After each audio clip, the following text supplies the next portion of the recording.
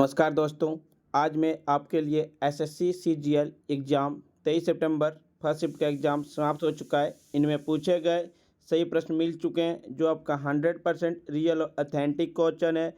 और जिन्हें पीडीएफ चाहिए वो हमारे टेलीग्राम या व्हाट्सएप ग्रुप पर जुड़ सकते हैं या आप हमारे व्हाट्सएप नंबर से पीडीएफ प्रोवाइड कर सकते हैं।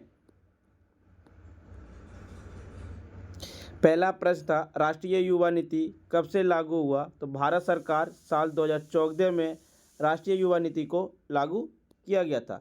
एक आपका भारत सरकार के द्वारा 1984 में राष्ट्रीय युवा दिवस के रूप में घोषित किया गया था, जिसमें स्वामी विवेकानंद जयंती के उपलक्ष्य में प्रत्येक वर्ष 12 जनवरी को राष्ट्रीय युवा दिवस मनाया जाता है। 23 जून को अंतर्राष्ट्रीय ओलंपिक दिवस, 14 मार्च को अंतर्राष्ट्रीय गणित दिवस के रूप में घोषित किया गया और मातृ दिवस प्रत्येक वर्ष 10 मई को मनाया जाता है। यह एक राष्ट्रीय युवा दिवस संसद के द्वारा 1988 में शुरू किया गया था। एक प्रश्न पूछा गया, आशा भोसले को 2022 में IIFA किस फिल्म के लिए मिला था? तो राधा कैसे न जले इस गाने के लिए मिला था। मूवी था आपका लगान, जिसमें रोल आमिर खान का था। भारत सरकार ने 2000 में दादा साहेब फाल्के पुरस्कार और 2008 में पद्म विभूषण से सम्मानित किए गए थे आशा भोसले को। संविधान पंचायत किस भाग में? तो भाग 9 में। भाग 9 में पंचायत राज से संबंधित अनुच्छेद 243 से 243 ओ में पंचायत शीर्षक के तहत प्रावधान है। यह हिस्सा 73वें संवैधानिक संशोधन अधिनियम 1992 में जोड़ा गया। इसे लागू कब किया गया? 24 अप्रैल 1993 को, और उसी दिन 24 अप्रैल को पंचायती राज दिवस मनाते हैं। इसे 11वीं अनुसूची में 19 विषयों के साथ 73वें संविधान संशोधन के द्वारा जोड़ा गया।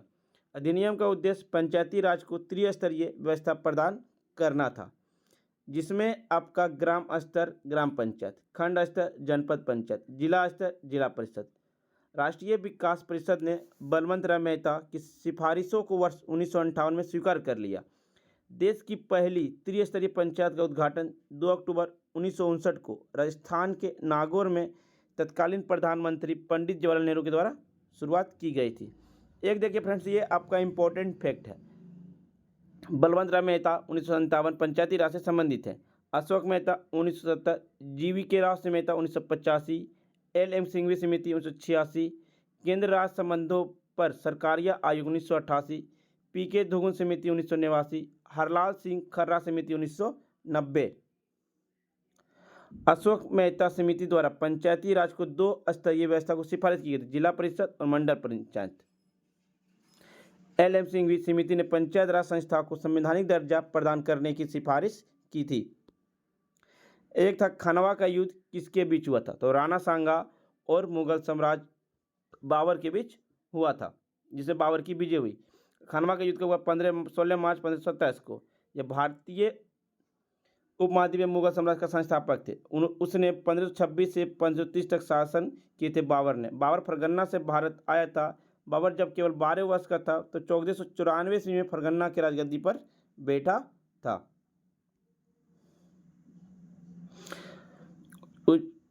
उजेबकियो मंगोल समूह के आक्रमण के कारण उसे अपने पैतृक सिंहासन छोड़ने के लिए मजबूर होना पड़ा।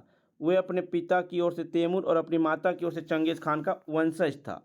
उसने पानीपत में इब्राहिम लोदी को हराया 1526 में और दिल्ली और आगरा पर कब्जा कर लिया। 1527 में खानवा में मेवाड़ा को राणा सांगा को हराया। 1558 में चंद्री में राजपूतों को हराया। तुझे के बाबरी आत्मकथा है। 1530 ईस्वी में आगरा में इसकी मृत्यु के साथ दफनाया गया था बेबी लोन में बाबर को। इब्राहिम लोदी 1517 से 1526 ईस्वी तक शासन किया। वह लोदी राजवंश के अंतिम राजा और दिल्ली के अंतिम सुल्तान थे। वह सिकंदर लोदी का पुत्र था। पंजाब के सूबेदार दौलत खान लोदी ने इब्राहिम को उखाड़ फेंकने के लिए बाबर को आमंत्रित किए थे। उसने ग्वालियर पर कब्जा कर लिया और मेवाड़ के राणा सांगा को से हार गया। वह 1526 ईस्वी में पानीपत के प्रथम युद्ध में बाबर के हाथों पराजित हुआ और मारा गया था। राणा सांगा उन्होंने 1509 से 1527 के बीच शासन किया। वह सूर्यवंशी राजपूतों के सिसोदिया कबीले के एक वंशज राणा सांगा 1509 में मेवाड़ के राजा के रूप में अपने पिता राणा रायमल के उत्तराधिकारी बने। उन्होंने खानवा के युद्ध में मुगल के खिलाफ लड़ाई लड़ी, जो मुगलों को जीत के साथ समाप्त हुई और उसके तुरंत बाद 17 मार्च 1527 को उनकी मृत्यु हो गई। शेरशाह सूरी सिकंदर सूरी साम्राज्य का छठा शासक था। वह बिहार का एक पठान था जिसने मुगल बादशाह हुमायूं को 1530 से 1540 और 1555 से 56 को हराया। उत्तरी भारत में शेरशाह सूरी के साम्राज्य का स्थापना हुई। शेरशाह सूरी का मकबरा बिहार राज्य के सासाराम शहर में स्थित है। यह मकबरा सम्राट शेरशाह सूरी की याद में बनाया गया था। यह चौसा का युद्ध मुगल सम्राट हुमायूं और अफगान सम्राट शेरशाह सूरी के बीच लड़ा गया। यह 26 जून 1539 को बक्सर के दक्षिण पश्चिम में स्थित चौसा में लड़ा गया, जो अब बिहार में स्थित है। इस युद्ध में शेरशाह सूरी ने हुमायूं को हराया और खुद को फरीद अल दीन शेरशाह के रूप में ताज पहनाया। मुगल बादशाह हुमायूं ने फिर से कन्नौज के युद्ध में शेरशाह सूरी को सामना किया और फिर से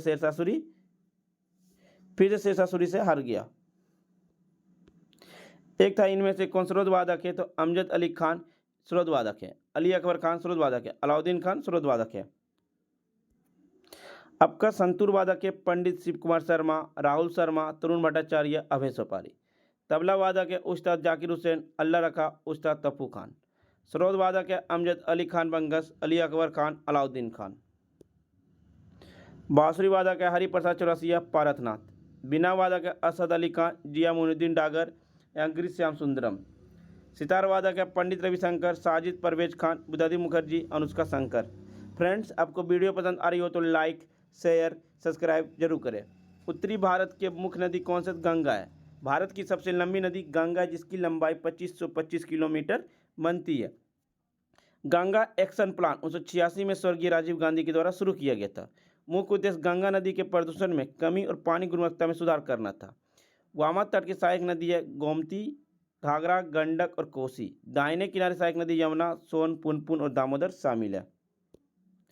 ब्रह्मपुत्रा तिब्बत में मानसरोवर झील के पास चमेंडुंग हिमनदी से निकलती है। ब्रह्मपुत्रा में बांग्लादेश में ब्रह्मपुत्रा को जमुना के नाम से जाना जाता है।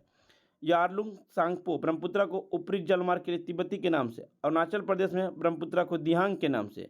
इसका अधिकांश जलमार्ग भारत के बाहर स्थित है। यह भारत, चीन और बांग्लादेश जैसे देशों से होकर बहती है। ब्रह्मपुत्रा नदी को लाल नदी भी कहा जाता है। ब्रह्मपुत्रा नदी की प्रमुख सहायक नदियां तीस्ता, लोहित, सुबनसिरी है। ब्रह्मपुत्रा नदी भारतीय नदी है जिसमें जल का अधिकतम मात्रा है। गंगा नदी को बांग्लादेश में पद्मा के नाम से जाना जाता है। यमुना नदी जिसे जमुना भी कहा जाता है, उत्तर भारत के मुख्य रूप से हरियाणा, उत्तराखंड, उत्तर प्रदेश राज्य में प्रमुख नदी है। यह देश की सबसे पवित्र नदियों में से एक है। यमुना पश्चिमी उत्तराखंड में यमुनोत्री के पास महान हिमालय से बंदरपुछ पर्वतमाला की ढलान से निकलती है। यह 376 किलोमीटर की कुल लंबाई यात्रा करती है। यह पूरे गंगा द्रोणी के 40.2% इसकी पानी रहती है। सिंधु नदी, यह नदी तिब्बत चीन में मानसरोवर झील से निकलती। यह तिब्बत, चीन, भारत और पाकिस्तान से होकर बहती है। अंत में यह नदी कराची, पाकिस्तान के पास अरब सागर में गिरती है। सिंधु नदी की कुल लंबाई 3180 किलोमीटर है। सिंधु को ऋग्वेदिक नाम है सिंधु और अंग्रेजी नाम है इंडस है। इनकी सहायक नदियां बाएं तट से है झेलम, चिनाब, रावी, ब्यास और सतलज। दायां तट से है सहायक नदी श्योक, गिलगित, हुंजा, काबुल, स्वात, कुरम। एक था अस्थायी बंदोबस्त कब हुआ? 1793 में जब अस्थायी बंदोबस्त लागू किया गया था तब लॉर्ड कर्नवालिस बंगाल के गवर्नर जनरल थे। अस्थायी बंदोबस्त को बंगाल के अस्थायी बंदोबस्त के रूप में जाना जाता है। यह ब्रिटिश ईस्ट इंडिया कंपनी और बंगाल के जमींदारों के बीच भू राजस्व के तय करने के लिए समझौता था। भारत में अंग्रेजों के लिए भू राजस्व आय का प्रमुख स्रोत था। अस्थायी बंदोबस्त ऐसे ही एक भू राजस्व व्यवस्था थी। इससे पहले बंगाल, बिहार में पेश किया था और बाद में इसे मद्रास, वाराणसी में पेश किया गया। वारेंग हेस्टिंग बंगाल के पहले गवर्नर जनरल, उन्होंने प्रशासन को दोहरी प्रणाली को समाप्त कर दिया। 1773 में इजारादारी प्रथा की शुरुआत की। 1773 को रेगुलेटिंग एक्ट, 1784 को पिट्स इंडिया एक्ट और 1774 में रोहिल्ला युद्ध। उन्होंने कोलकाता में सर्वोच्च न्यायालय की स्थापना की। कब? 1774 ईस्वी में। बंगाल के एशियाटिक सोसाइटी की स्थापना 1784। पहला अंगल मराठा युद्ध 1775 से 82 सालाबाई की संधि के साथ समाप्त हुआ। दूसरा अंगल मैसूर युद्ध 1780 से 1784 तक मंगलोर संधि के साथ समाप्त हुआ था। हौजा गिर महोत्सव किस राज्य में मनाया जाता है? त्रिपुरा राज्य में मनाया जाता है। यह महिला और युवा लड़कियों द्वारा किया जाता है। एक टीम में लगभग 4 से 6 सदस्य गाते और मिट्टी के घड़े पर संतुलन बनाते और सिर पर बोतल और हाथ पर मिट्टी कि दीपक जैसे अन्य प्रोप्स का प्रबंध करते, जबकि शरीर को केवल निचला आधा भाग ही हिलता है। एक था कबड्डी सुपर लीग की स्थापना कब हुई? 2014 में। भारतीय संविधान अनुच्छेद 1 में क्या? भारतीय संविधान अनुच्छेद 1 में कहा गया कि इंडिया यानी भारत राज्यों का एक संघ है। संविधान मूल पाठ में 395 अनुच्छेद थे, जिनमें 22 भाग और 8 अनुसूचियां थी। यह 26 जनवरी 1950 को लागू हुआ, जिसे भारत का प्रत्येक वर्ष गणतंत्र दिवस के रूप में मनाया जाता है। लेकिन वर्तमान में भारतीय संविधान में 25 भाग, 12 अनुसूचियां और 448 अनुच्छेद है। भारतीय संविधान अनुच्छेद 52 से 78 में क्या है? भारतीय संविधान में भाग 5 में अनुच्छेद 52 से 78 तक संघ की कार्यपालिका से संबंधित है। और संघ की कार्यपालिका में अध्यक्ष, उपाध्यक्ष, प्रधानमंत्री, मंत्रिपरिषद और भारत के महान्यायाधीश होते हैं। इसके अध्यक्ष राष्ट्रपति से यह संबंधित है। आपका राष्ट्रपति अनुच्छेद 52 में भारतीय राष्ट्र के प्रमुख व सभी सैन्य बलों के सभी सुप्रीम कमांडर के मुख्य प्रमुख होते हैं। वह देश का पहला नागरिक राष्ट्र की अखंडता और एकजुटता के प्रतीक के रूप में कार्य करते हैं। अनुच्छेद 52 में भारत के राष्ट्रपति, 53 में राष्ट्रपति की कार्यकारी शक्ति, 54 में राष्ट्रपति का चुनाव, 55 में राष्ट्रपति के चुनाव की प्रणाली, 56 में अध्यक्ष पद का कार्यकाल, 57 में पुनः निर्वाचन की पात्रता,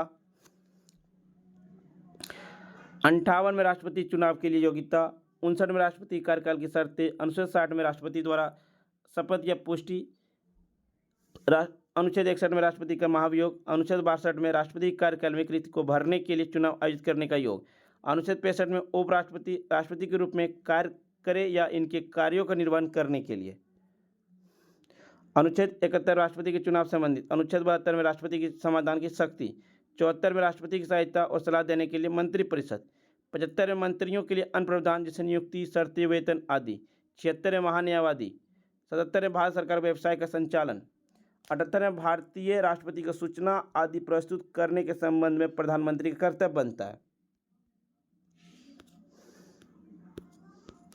एक था बेलगांव में आयोजित 1924 में कांग्रेस अधिवेशन के अध्यक्ष कौन थे? मोहनदास करमचंद गांधी थे। यह लिए व्यक्तिगत सत्याग्रह शुरुआत की। गांधी जी 1924 के बेलगांव अधिवेशन केवल भारतीय राष्ट्रीय कांग्रेस अधिवेशन के अध्यक्ष थे। अगस्त 1942 में गांधी जी ने भारत छोड़ो आंदोलन शुरू किया। सविनय अवज्ञा आंदोलन मार्च 1930 में गांधी जी के नेतृत्व में शुरू किया गया था। युद्ध के बाद अधिराज पद के क्रिप्सन प्रस्ताव के कारण गांधी जी ने किस mission a post dated cheque drawn on a failing bank कहा। W.C. बनर्जी पहले कांग्रेस अधिवेशन के अध्यक्ष थे। स्थापना 28 दिसंबर 1885 को हुआ था। स्थापना किए थे एओ हुयुम कांग्रेस के। दादा भाई नौरोजी कांग्रेस के पहले पारसी राष्ट्रपति और गैर हिंदू अध्यक्ष थे। कोलकाता अधिवेशन 1886। बद्रुद्दीन तैयब जी कांग्रेस के पहले मुस्लिम अध्यक्ष, मद्रास अधिवेशन 1887। जॉर्ज यूले आईएनसी की पहले महिला अध्यक्ष थी, इलाहाबाद 1888। अंग्रेज थे पहली अंग्रेज अध्यक्ष जॉर्ज यूले, मिस्टेक हो गया फ्रेंड्स। एनी बेसेंट पहली महिला अध्यक्ष, कोलकाता अधिवेशन 1917। सरोजिनी नायडू पहली भारतीय महिला कांग्रेस, कानपुर अधिवेशन 1925। सुभाष चंद्र बोस पहले निर्वाचित अध्यक्ष, त्रिपुरी अधिवेशन 1939। स्वतंत्रता के समय जेपी कृपलानी कांग्रेस के अध्यक्ष थे और पट्टाभी सीतारामैया आज़ादी के बाद कांग्रेस के पहले अध्यक्ष थे। फ्रेंड्स, आपको वीडियो पसंद आई हो तो लाइक, शेयर, सब्सक्राइब जरूर करें और वीडियो PDF पाने के लिए हमारे टेलीग्राम या व्हाट्सएप ग्रुप पे जुड़ सकते हैं। डिस्क्रिप्शन लिंक दे दिया गया। तब तक के लिए धन्यवाद फ्रेंड्स, मिलते हैं नेक्स्ट वीडियो में। जय हिंद, जय